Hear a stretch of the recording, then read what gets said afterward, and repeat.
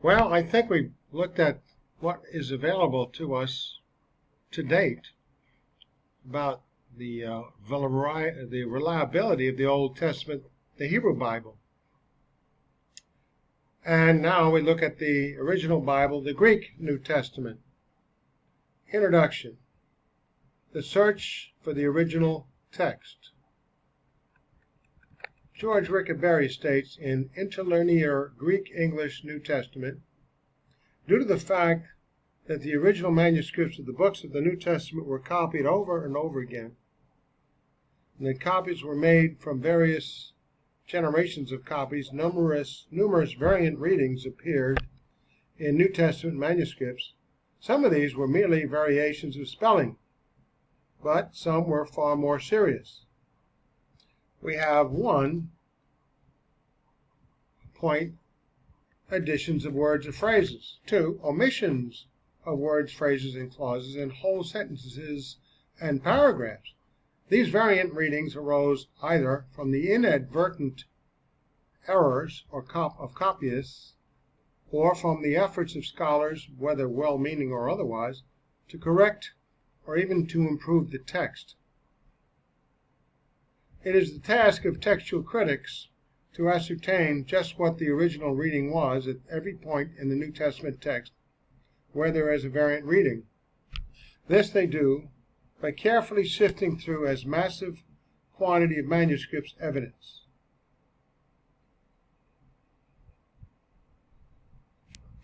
I'm going to quote now from the Quest for the Original Text of the New Testament, Philip Wesley Comfort, Baker Book House, Grand Rapids, Michigan. I love this book. Only thing I don't like about it is the print is so small for my eyes to read. Now this is the one I use. It's another one of his books, the New Testament Text and Translation Commentary. So he gives you what he discovers or uncovers, and it gives you a very, very good reason which of the differences, if any, would be probably most likely the original text and reliable. Most of the things that he covers up that are different from one manuscript to the next are nominal. Beginning in the 17th century, earlier manuscripts than that which were used to compile the Textus Receptus, the source of the King James translation of 1611, began to be discovered. Around 1630, Codex Alexandrinus was brought to England, an early 5th century manuscript containing the entire New Testament. It provided a good early witness to the New Testament text. It is an especially good witness to the original text of Revelation. 200 years later, a German scholar named Constantine von Tischendorf discovered Codex Sinaiticus in St. Catherine's Monastery located near Mount Sinai. The manuscript, dated around 360 to 375, is one of the two oldest vellum treated animal hide manuscripts of the Greek New Testament. The earliest vellum manuscript, Codex Vaticanus, had been in the Vatican's library since at least 1481, but it was not made available to scholars until the middle of the 19th century. We had a lot of catching up to do, but remarkably, these two, plus many others, are so invaluable to corroborate the precise transmission of the New Testament text, with just a few anomalies or differences that can be easily resolved, as I showed you in that book, also by Wesley Comfort. This manuscript, dated slightly earlier, 350 AD, than Codex Sinaiticus, has both the Old and New Testaments in Greek. The last part of the New Testament, from Hebrews 9:15 onward, including Philemon and the pastoral epistles, is missing. 100 years of textual criticism has determined that this manuscript is one of the most accurate and reliable witnesses to the original text. This is definitely this New Testament text and transmission commentary, which gives the layman a point of view about the differences. None of them are really major, except a few. The end of Mark, the couple of places in the Epistle of John, which can be easily resolved, but it doesn't contradict anything. Other earlier and important manuscripts were discovered in the 19th century through the tireless labors of men like Tischendorf, Samuel P. Tregelles, and F.H.A. Schreiber. Manuscripts such as Codex Ephraemi Prescriptus, Codex Zaxinitheus, and Codex Ogiensis were deciphered, collated, and published. So we have this available to us today, and I have, besides this book, I have a lot of stuff on my interlinear. Let me just show you. Here's my interlinear, complete biblical library. Just look at the Gospel of John, John 1:1. See, I have the English at the bottom, the Greek in English letters in the middle, and the Greek letters at top, and then a whole line of parts of speech, grammar, what is it, verb tenses, and so on. Wonderful, wonderful. There's nothing here. See, there's nothing in John 1:1. Let's see if we can find something that might be. There it is. Here's John 1:4. In him life was. And there's a discrepancy. Here's a variance. Sinaiticus, D, IT, SA, and Tischendorf have a variance. Instead of was, is. And we find that that isn't that great of an importance. So we pretty much want to rely on the was, not is. Let's just take a look at John 1:4, for example. I take a look then to my commentaries in John 1:4.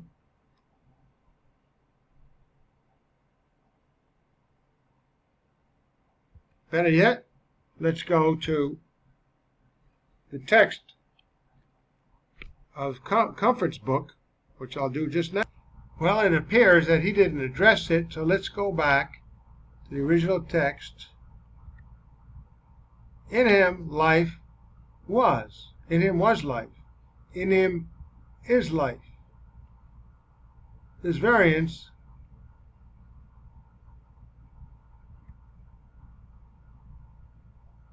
because John 1:1, let me do my own conclusion, John 1:1, in the beginning was the Word, he was, and the Word was with God, and God was with the Word. It's all about was before all time and creation. When we move on to 1:2, this was in the beginning, was, again was, with God, continuing with the word was. And John 1:3, all things through him came into being, and without him came into being not even one which has come into being. Okay, so it's all about was. So in him was life. Everything. In him, before all time and creation, because it says here the Word was before all time and creation, uncreated, and God. In the beginning was the Word was with God, and the Word was God. So everything was in him before all time and creation.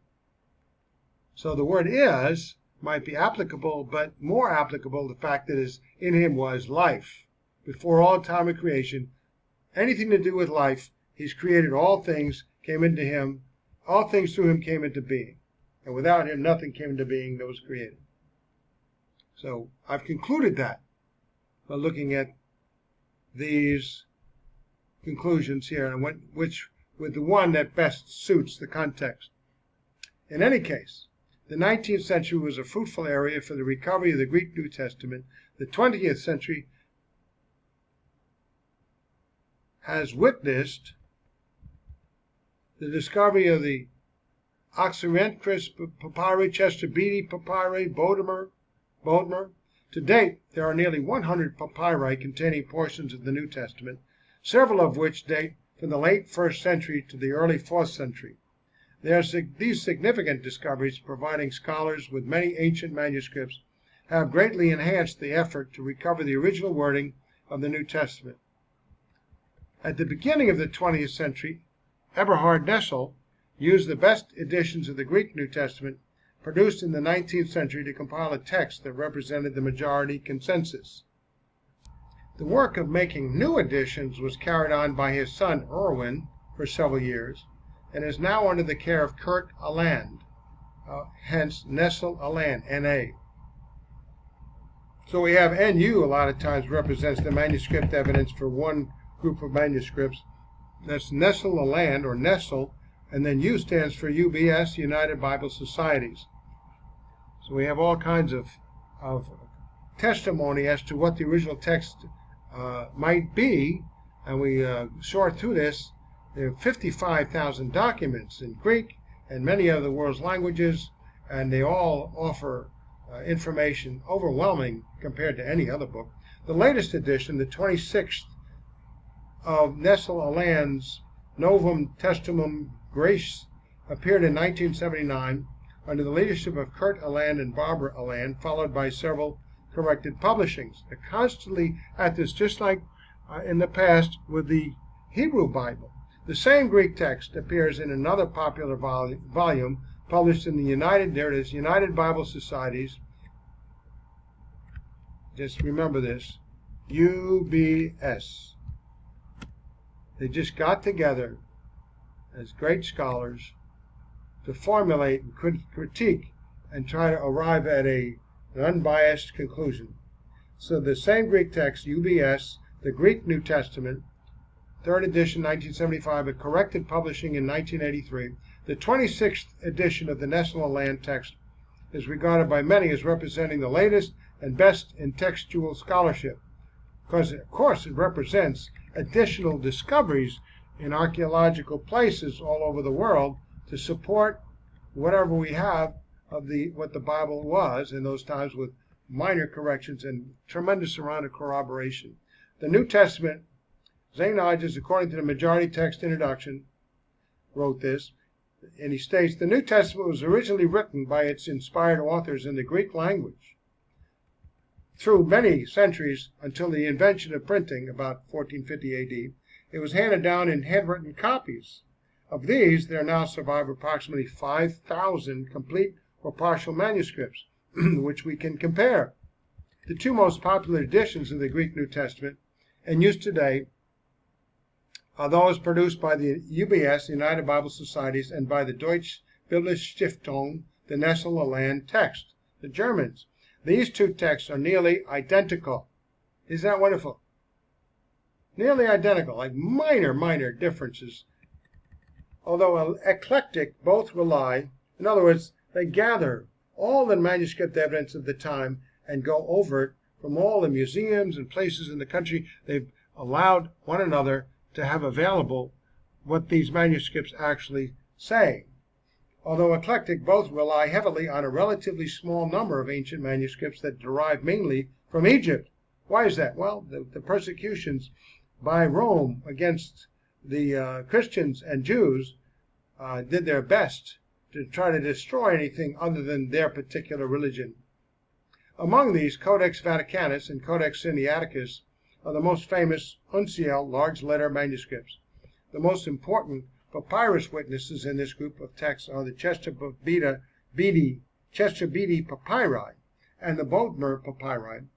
These may fairly be described as Egyptian. Egypt almost alone offers climatic conditions highly favorable to the preservation of very ancient manuscripts. Plus, the persecution, where people had to hide the manuscripts, or often they would set aside manuscripts that had defect, just to trash or whatever, and these are discovered, but they had errors or they're worn, and so they offer less of a witness. In contrast to this kind of text stands the form of text found in the vast majority of the remaining documents, and has been appropriately designated the majority text. The witnesses of the majority text come from all over the ancient world. Their very number suggests that they represent a long and widespread chain of manuscript tradition. The most ancient manuscripts of the New Testament were written in all capital